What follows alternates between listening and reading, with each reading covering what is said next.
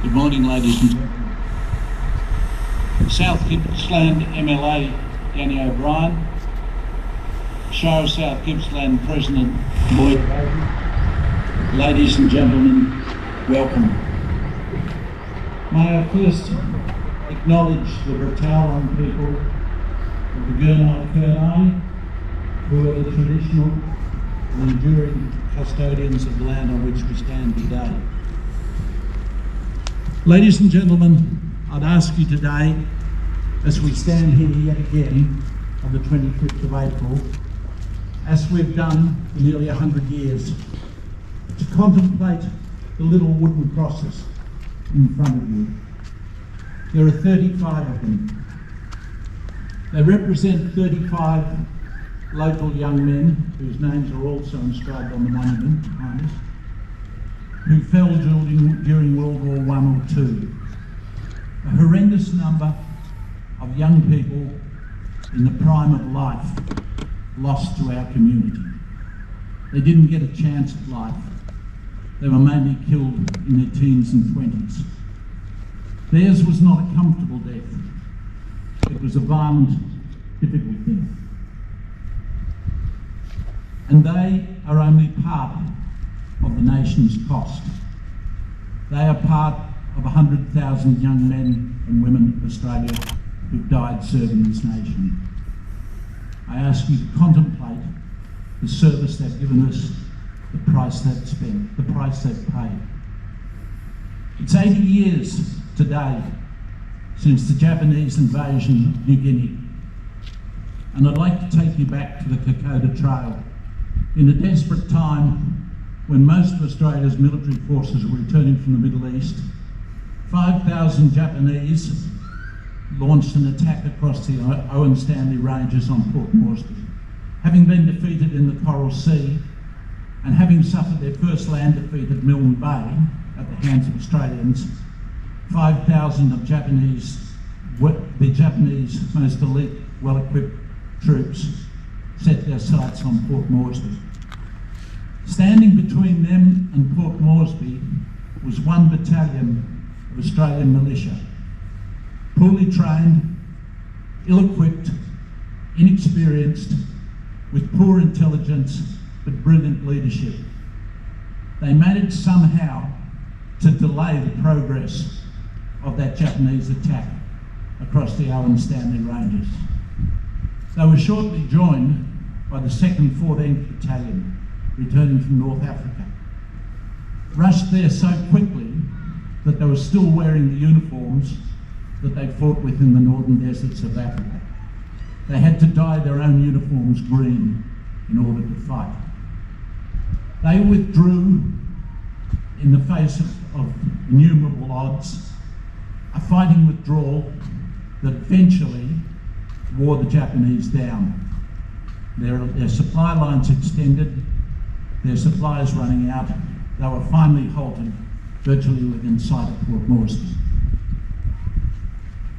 The Australians' own commander compared them to rabbits having run before an enemy.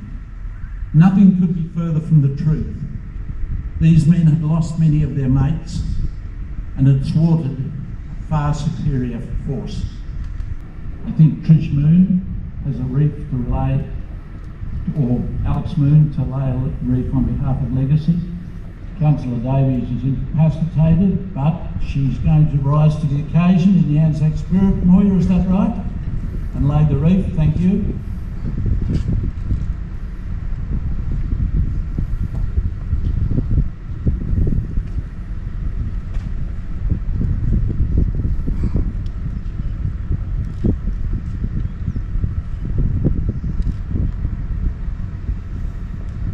The Honourable Danny O'Brien. Thanks, Danny. Now we remember the fallen with the ode of remembrance. They shall grow not old, as we that are left grow old. Age shall not weary them, nor the years condemn. At the going down of the sun, and in the morning, we will remember them.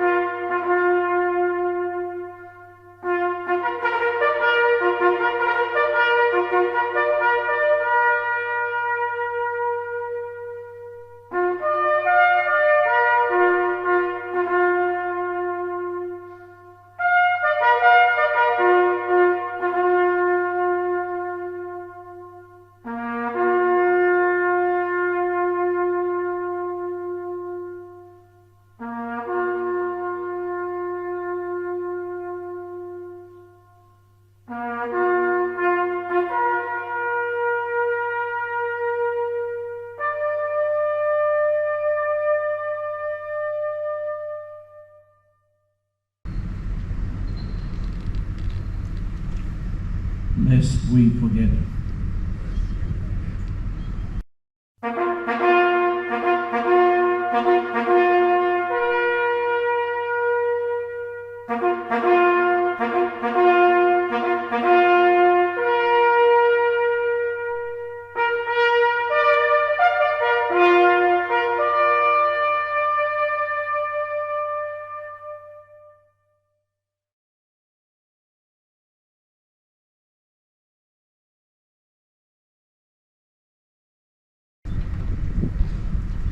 Well, ladies and gentlemen, that concludes our service here. We'd love it if you'd care to join us at the hall for a service there. We'll be addressed by Lieutenant Commander Lassen on the battle for Darwin during World War II. Thank you.